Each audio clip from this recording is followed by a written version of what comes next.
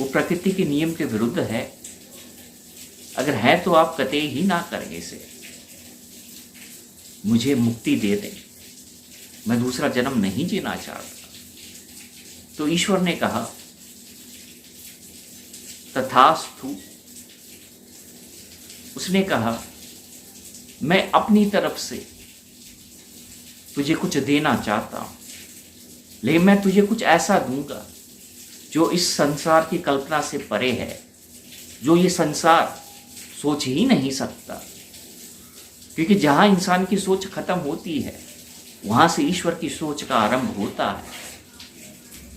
और फिर वो इंसान मर गया, लेकिन वो एक ऐसी मौत थी कि वो तो मर गया लेकिन वो आज भी जिंदा है। वो आज भी जिंदा है।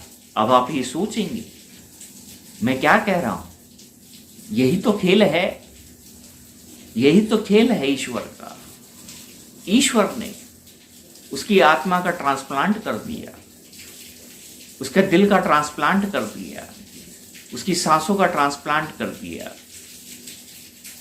अब शरीर वही है, लेकिन उसके अंदर जो आत्मा है, उसके अंदर जो जीव है, उसके अंदर जो धड़कन है, वो किसी और की है। लेकिन ईश्वर ने ऐसा क्यों किया? क्योंकि ईश्वर पर उसकी भक्ति का कर्ज था, उसकी भक्ति का कर्ज था और ईश्वर उसे लौटाना चाहता था। इसलिए उसने एक नया नियम रचा इस सृष्टि के लिए। क्योंकि जो नियम होते हैं उसमें इन भगवान कभी भी छेड़छाड़ नहीं करते, लेकिन एक नया नियम तो वो लेके आ सकते हैं। तो उन्होंने एक नए नियम की रचना की और उसका जो प्रयोग है उस मानव से किया, उस भक्त से किया। जिस इंसान ने पूरी जिंदगी अपनी गवा दी भक्ति में,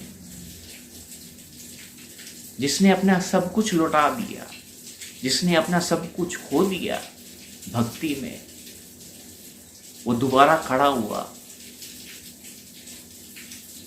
और ऐसा खड़ा हुआ कि फिर वो एक राजा बना।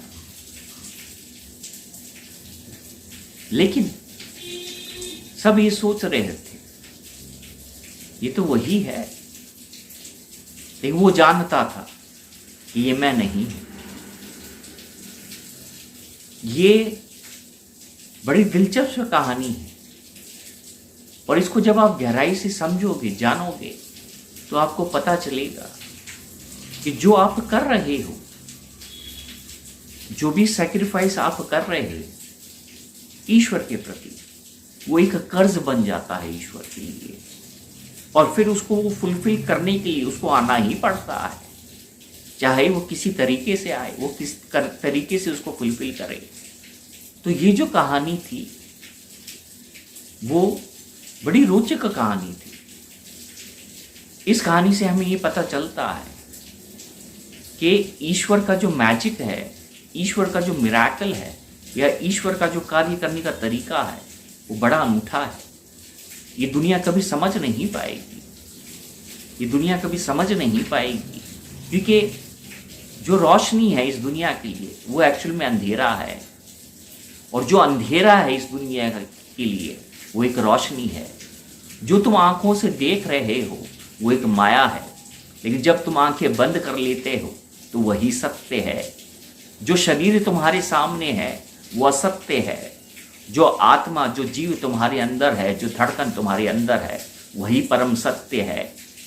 अब अंदर तो कोई जा नहीं सकता ना, देख नहीं सकता है। हमारे पास बहुत मशीनें आ गई हैं, MRI, CT स्कैन, लेकिन आज तक ऐसी मशीन आई नहीं जो अंदर से आत्मा का भेद कर सके, ये जान सके कि ये कौन है। तो ये जो कहानी है वो आपको इसलिए बताई गई,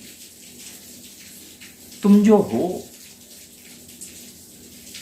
वो तुम नहीं हो, और जो तुम नहीं हो वही तुम हो। राधे राधे। जय श्री कृष्ण।